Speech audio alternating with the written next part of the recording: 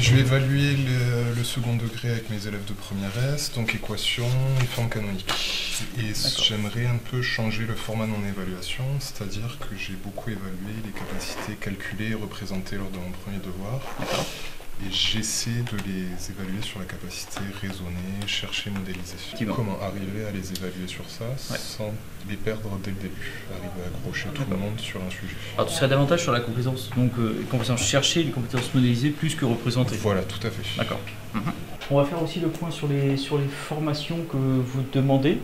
Il y en a deux qu'on avait ciblées, mais on peut en rajouter si vous avez pensé à autre chose. Il y en avait une sur Python, une demande de formation alors peut-être Python ou Scratch et Python, qui peut être assurée peut-être par l'un d'entre nous. Ça, on pourrait faire une formation entre pairs, organiser ça entre nous. Alors d'abord, qui serait intéressé pour suivre cette formation? Pour la suivre. Ouais, d'accord. Et qui serait volontaire, partant pour proposer quelque chose? Moi, je veux bien. Donc le laboratoire de mathématiques, c'est un lieu clairement identifié dans l'établissement scolaire où les professeurs de mathématiques peuvent échanger.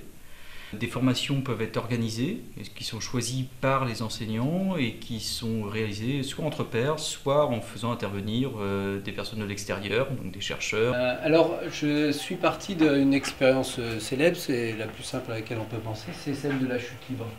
Et puis maintenant, il fallait que je fabrique quelque chose pour mesurer le temps de chute libre. D'accord ? Donc ce que j'ai employé, donc ce qu'on ne voit pas très bien, c'est que je me suis dit que j'allais prendre juste un faisceau laser, une petite diode qui émet un petit laser, et puis ce laser en face, je mets une photorésistance, donc il voit le laser, et puis quand la bille passe, elle vient couper le faisceau. D'accord ? Et donc, évidemment, je peux mesurer précisément l'instant où ça se passe. Et la production finale, c'est réaliser une vidéo montrant le robot sortant du labyrinthe. Vous avez des labyrinthes devant vous, là, les deux labyrinthes, c'est vraiment ces labyrinthes-là. Et donc, les élèves doivent se filmer. Et ça permet aussi, en troisième, de présenter leur oral à la fin pour le brevet. Donc, voilà. D'où la vidéo.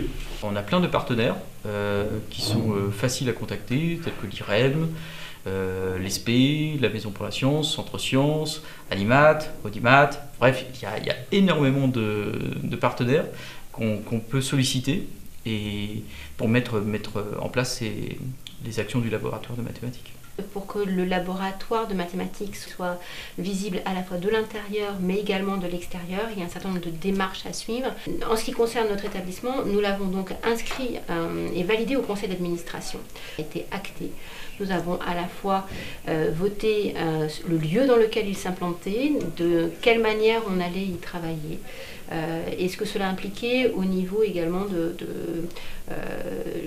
la démarche administrative de création des emplois du temps. Et à côté de ça, nous l'avons également acté dans le projet d'établissement. Le labo de maths est aussi un lieu de diffusion pour la culture mathématique, c'est-à-dire où on expose des maths. On montre une image vivante des maths.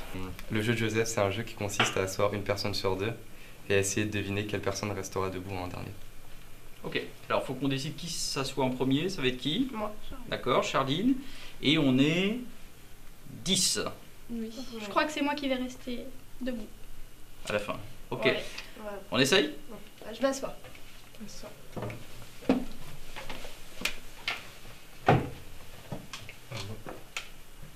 Gagné. N égale 10.